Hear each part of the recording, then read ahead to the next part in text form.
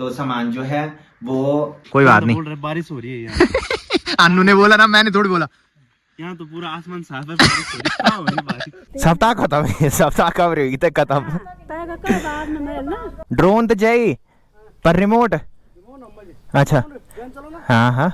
बहुत सारे लोगों के पास आईफोन है, तो उनसे जब मैं बात करता हूँ, उनसे पूछता हूँ कि तुम्हारे फोन पे आवाज कैसी आती है, तो वो बोलते हैं कि आवाज अच्छी आती है। यहाँ से सामने जो घर दिखाई दे रहा है, उस घर में देखो भाई काफी सारी लाइटों की जगमगाहट दिखाई दे रही है। तो उन्होंने अरसे के साथ साथ मट्ठी, साथ में पकोड़े और बालूशाही भी दे रखी है भाई। तो अब आप लोगों को फिर से वीडियो की क्लियरिटी के साथ साथ आवाज भी क्लियर सुनाई देगी।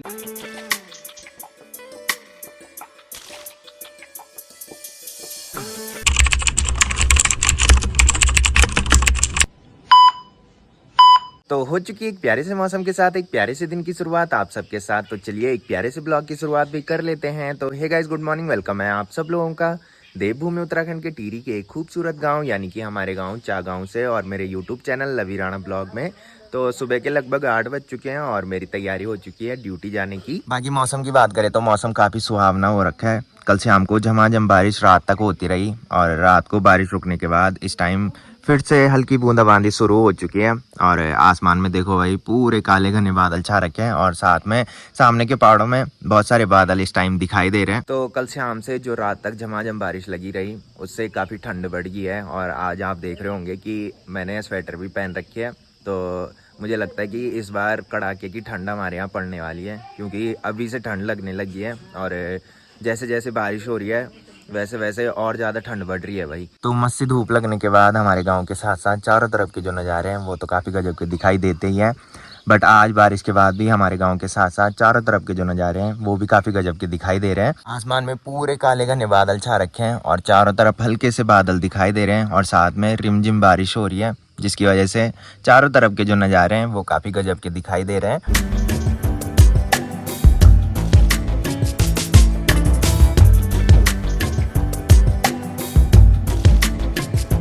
तो चलिए अभी मैं किचन में आ चुका हूँ। यहाँ पे दादी बैठ रखी है। हाँ जी, गुड मॉर्निंग।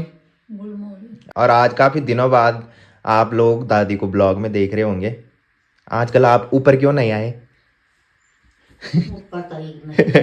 तो जब सर्दी शुरू हो जाती है तो उसके बाद दादी ऊपर बहुत कम आती है, क्योंकि दादी बिस्तर के अंदर बैठी रहती है भाई। और बिस्तर के अंदर से बाहर आने का बिल्कुल भी मन दादी का नहीं करता है। मम्मी ने मेरे लिए भी ब्रेकफास्ट रख रखा है। तो ब्रेकफास्ट में मम्मी ने आज मेरी फेवरेट सब्जी आलू और बड़ी की सब्जी बना रखी है, साथ में इसमें घी मिक्स किया है और एक गिलास पे दूध रखा है। तो कल शाम से जब बारिश लगनी शुरू हुई थी उस टाइम लाइट चली गई थी और अभी तक लाइट नहीं आई है।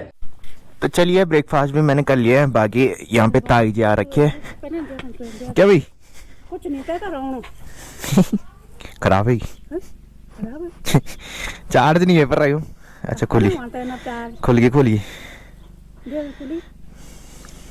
खोल दो मैं चार्ज कर लो। अब पैसे भैया खत्म होगा पर रिंग के 1000 रुपया सप्ताह खत्म हो। सप्ताह खत्म है? सप्ताह कब रहेगी तक खत्म? बाद में ना। अच्छा बाद मैंने बंद का खाने चार्ज नहीं है पर चार्ज पर लगा 1% चार्ज है पर थे। हाँ चार्ज पर लगे थे। लाइट ऑन भी लगी, पहले डिम लाइट ऑन लगी। अरे कने जान दिला साथ तो बरसात पहली। अरे मैं रेनकोट नहीं पहननी, बहुत तेज छो। अब तो रेनकोट ले दूं।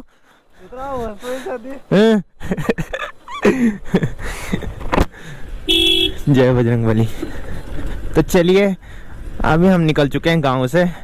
बाकी हल्की बूंदाबांदी जो है वो अभी भी लगी हुई है। तो बोलते हैं कि जो ये हल्की बूंदाबांदी होती है वो बहुत कम रुकती है। तो जहाँ तक हल्की बूंदाबांदी लगी रहेगी वहाँ तक वीडियो बनती रहेगी।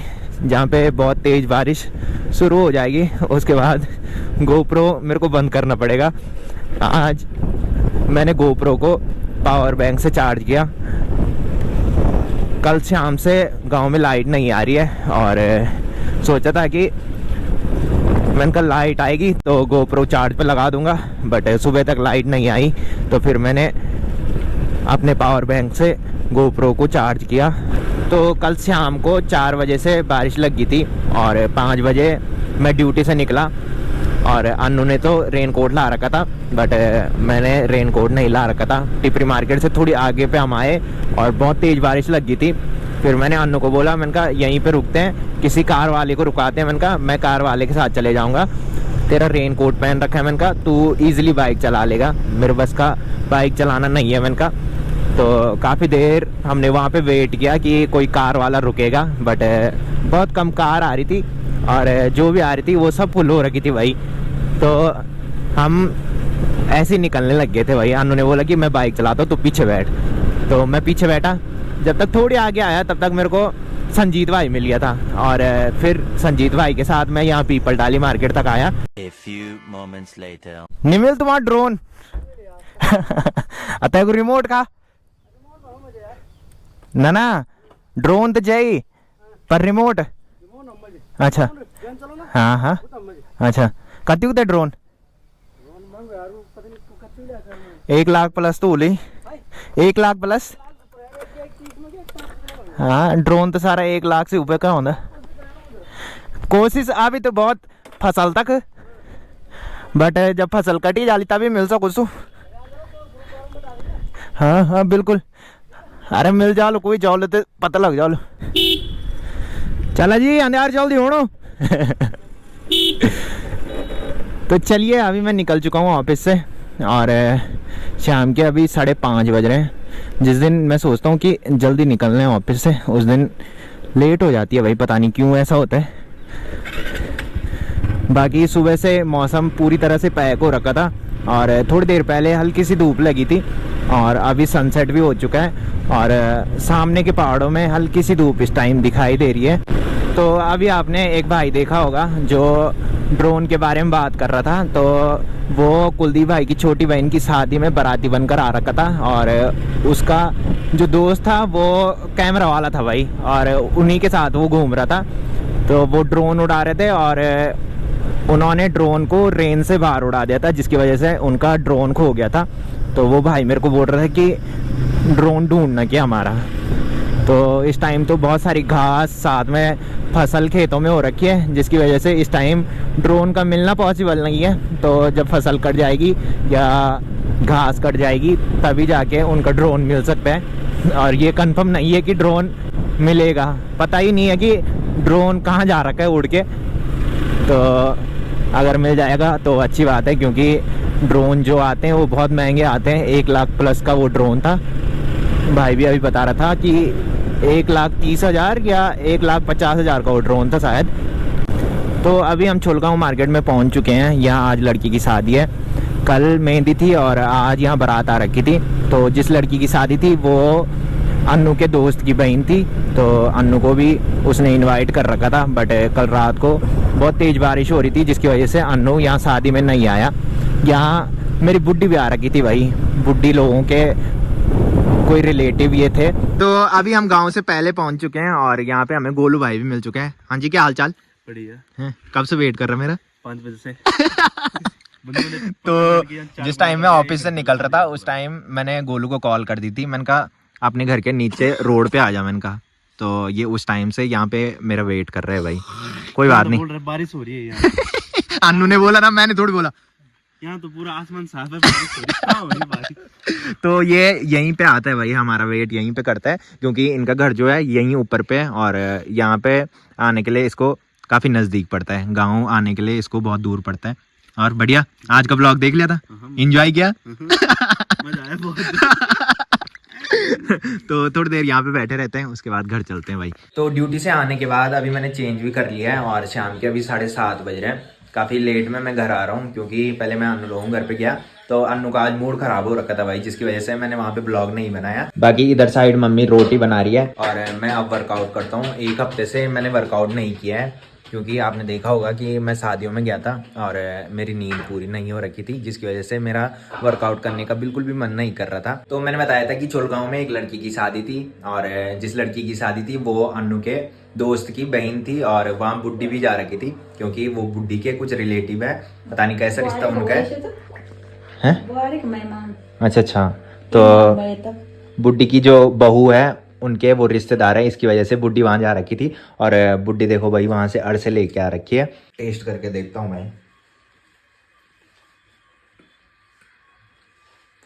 ठीक हो रहे भाई, अच्छे हो रहे हैं। तो उन्होंने अरसे के साथ साथ मट्ठी, साथ में पकोड़े और बालूशाही भी दे रखी है भाई। तो वर्कआउट भी मैंने कर लिया है और अभी मैं अपने घर की सीढ़ियों में खड़ा हो रखा हूँ और यहाँ से पल्ले साइड के नज़ारे देख रहा हूँ। यहाँ से सामने जो घर दिखाई दे रहा है उस घर में देखो भाई काफ़ी सारी लाइटों की जगमगाहट दिखाई दे रही है। तो वो घर जो है वो पल्ले साइड के जो विधायक है उनका घर है। तो कुछ दिन पहले उनके बेटे की शादी हुई और शादी जो हुई वो देहरादून में हुई और आज शायद वो घर में अपने गाँव वालों को पार्टी दे रहे हैं। और जो पहले से ब्लॉग देखते होंगे उन्होंने देखा होगा कि कुछ टाइम पहले हम वहाँ जा रखे थे, क्योंकि उस घर के जस्ट बगल में रागस देवता का मंदिर है और कुछ टाइम पहले वहाँ मेला लगा था और वहाँ मेले में हम गए थे।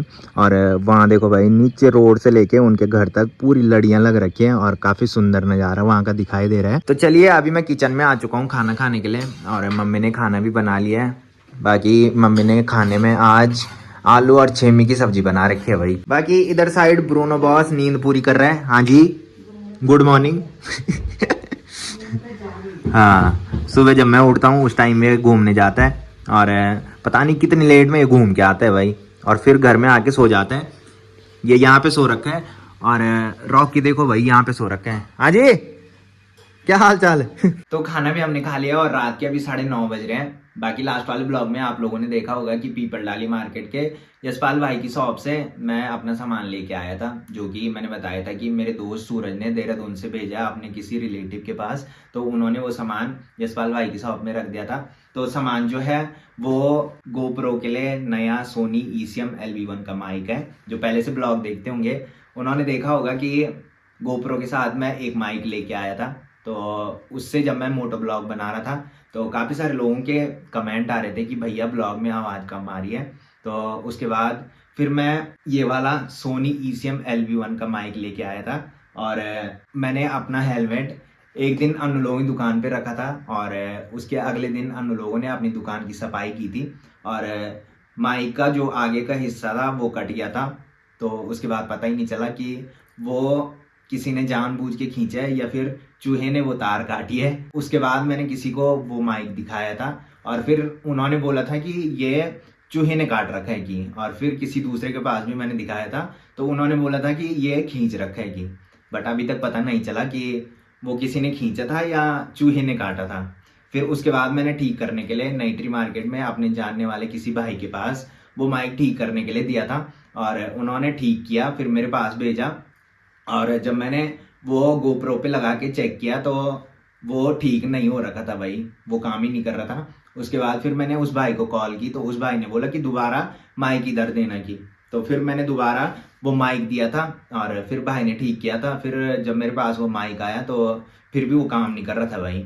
तो उसके बाद मैंने भाई को बोला, मैंने कहा अब रहने दो, अब मैं नया ही माइक लेके आऊँगा। तो फिर मैंने ये माइक मंगाया और जितने लोग भी मैसेज कर रहे थे और कमेंट कर रहे थे कि ब्लॉग में आवाज़ अच्छी नहीं आ रही है, तो अब आप लोगों को दोबारा से जब इस माइक से मैं ब्लॉग बनाता था तो जैसी आवाज़ उस टाइम आती थी वैसी अब इस माइक को लगा के भी आएगी, क्योंकि दोनों सेम माइक है भाई। तो अब आप लोगों को फिर से वीडियो की क्लियरिटी के साथ साथ आवाज़ भी क्लियर सुनाई देगी।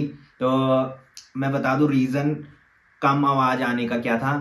जिनके पास भी पुराने एंड्रॉयड फ़ोन होंगे उनके फ़ोन पे मोटो ब्लॉग जब देखते होंगे तो कम आवाज़ आती होगी, और जिनके पास भी नए एंड्रॉयड फ़ोन होंगे उनके फ़ोन पे मोटो ब्लॉग जब देखते हैं तो अच्छी आवाज़ आती होगी। मैंने ये चेक किया है। एक तो गोलू भाई के फ़ोन पे मैंने मोटो ब्लॉग देखा तो गोलू भाई के फ़ोन पे भी अच्छी आवाज़ आ रही थी। अपनी मौसी के फ़ोन पे भी मैंने मोटो ब्लॉग देखा तो मौसी के फ़ोन पे भी अच्छी आवाज़ आ रही थी। और जब मैं मम्मी के फ़ोन पे मोटो ब्लॉग देखता हूँ तो उसमें कम आवाज़ सुनाई देती है भाई। तो जिनके पास भी पुराने एंड्रॉयड फ़ोन होंगे तो उनके फ़ोन पे आवाज़ कम आती होगी, और जिनके पास नए एंड्रॉयड फ़ोन है उनके फ़ोन पे भी अच्छी आवाज़ आती है भाई। और आईफोन वालों की तो बात ही अलग है, आईफोन पे भी अच्छी आवाज़ आती है। बहुत सारे लोगों के पास आईफोन है, तो उनसे जब मैं बात करता हूँ, उनसे पूछता हूँ कि तुम्हारे फ़ोन पे आवाज़ कैसी आती है, तो वो बोलते हैं कि आवाज़ अच्छी आती है। बाकी अब आप लोगों को फिर से जैसे पहले मोटो ब्लॉग में आवाज़ सुनाई देती थी वैसी ही आवाज़ अब सुनाई देगी, यानी कि वीडियो की क्लियरिटी के साथ साथ अब आप लोगों को आवाज़ भी क्लियर सुनाई देगी। तो फिलहाल इस ब्लॉग को यहीं पे एंड करते हैं। तो जिसने अभी तक मेरा यूट्यूब चैनल सब्सक्राइब नहीं किया है वो यूट्यूब चैनल सब्सक्राइब कर लें, और जिन्होंने कर रखा है वो ऐसी सपोर्ट बनाए रखें। मिलते हैं कल के नेक्स्ट ब्लॉग में, तब तक के लिए जय देवभूमि उत्तराखंड।